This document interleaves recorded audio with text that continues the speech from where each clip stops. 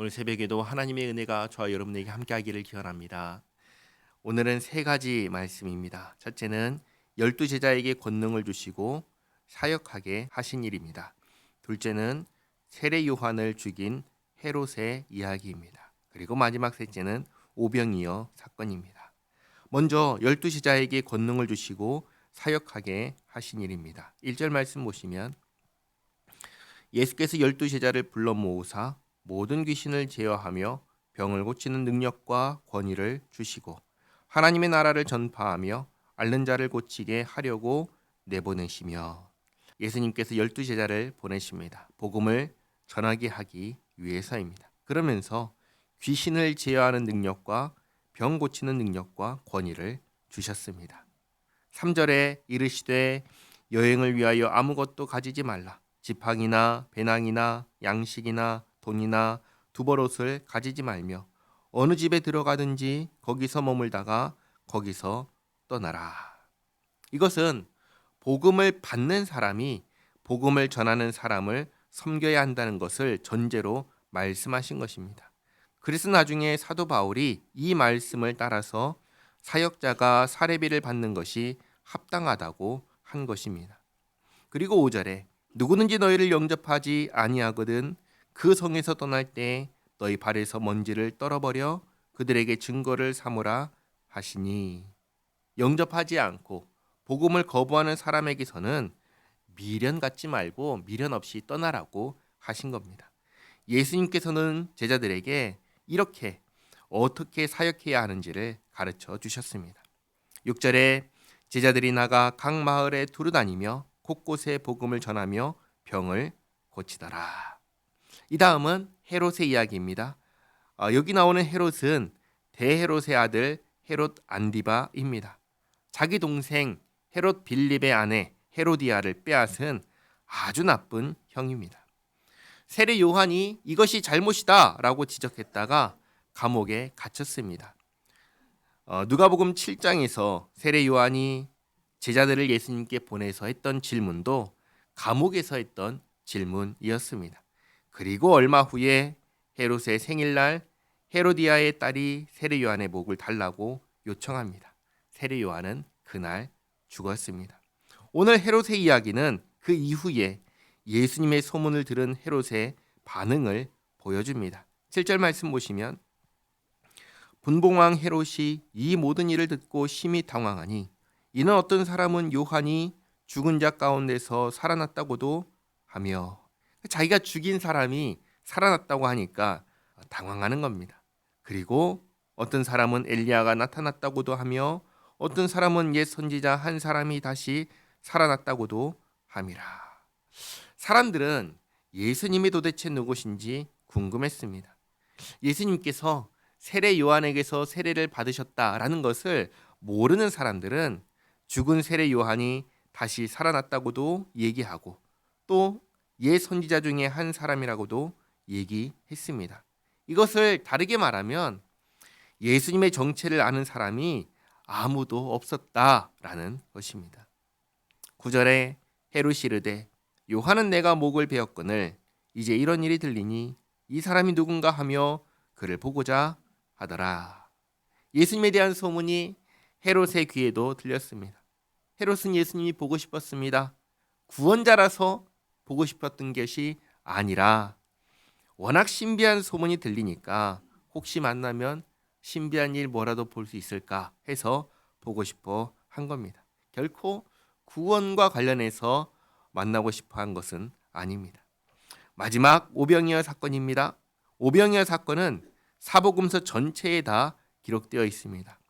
6절에서 각 마을로 복음을 전하러 떠났던 12제자들이 돌아옵니다. 10절 사도들이 돌아와 자기들이 행한 모든 것을 예수께 여쭈니 데리시고 따로 베세다라는 고을로 떠나 가셨으나 무리가 알고 따라왔거늘 예수께서 그들을 영접하사.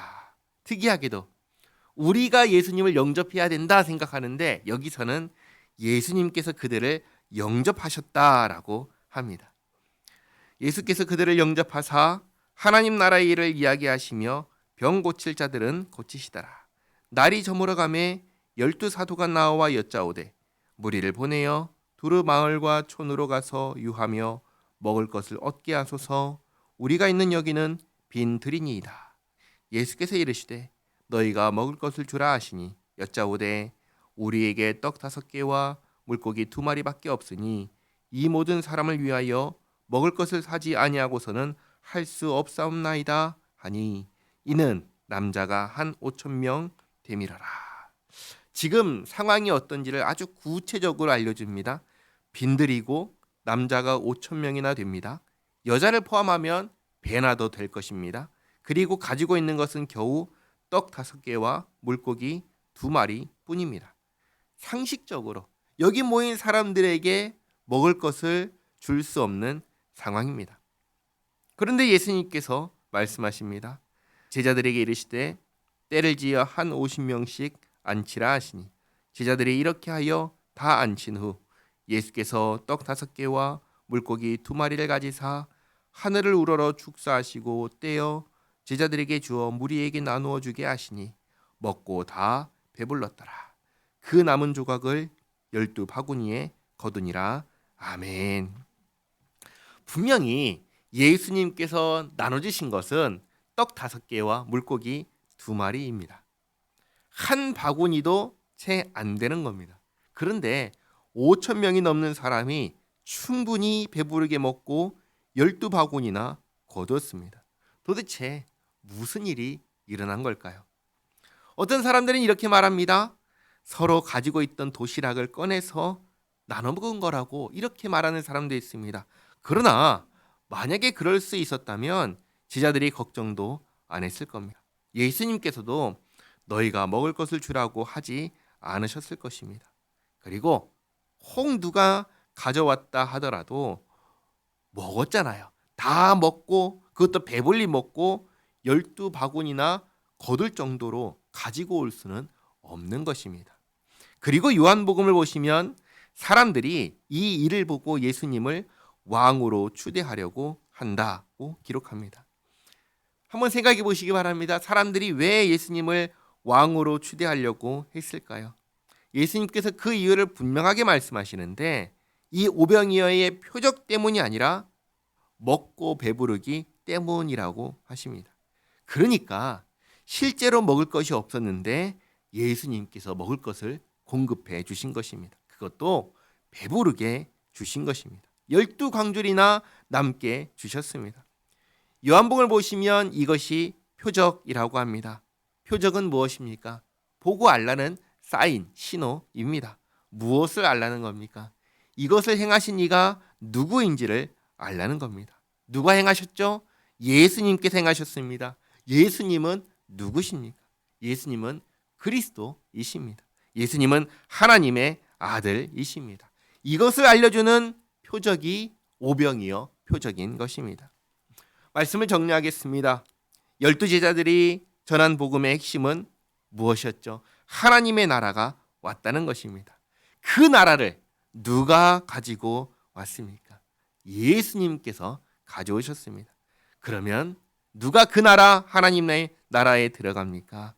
회개하고 예수님을 믿는 사람이 하나님 나라에 들어갑니다. 예수님은 누구십니까? 오병이어의 표적은 예수님이 누구신지를 분명하게 알려줍니다. 그 시대에 헤롯을 비롯하여 모든 사람들이 도대체 예수가 누구냐라고 그 정체를 모를 때 예수님이 누구신지를 분명하게 보여주신 표적이 오병이어 표적입니다. 예수님은 사람이 되신 하나님의 아들이십니다. 구원자 그리스도이십니다. 나를 구하기 위해서 이 땅에 오신 우리의 구원자이십니다. 우리 예수님을 믿음으로 영생을 누리는 저와 여러분 모두가 되기를 바랍니다. 기도하겠습니다. 하나님 감사합니다. 예수님께 고침을 받지만 여전히 누구이신지 모르는 이들에게 오병이어 표적을 통하여 하나님의 아들이신 구원자이심을 분명하게 알게 하시니 감사합니다. 저희가 예수님을 나를 구원하신 주님으로 믿습니다. 예수님을 나의 주로 고백하며 순종하며 따릅니다. 주님, 저희들의 삶을 주관하여 주옵소서. 믿음으로 살아가는 저희 모두가 되게 하옵소서. 예수님의 이름으로 기도하옵나이다. 아멘.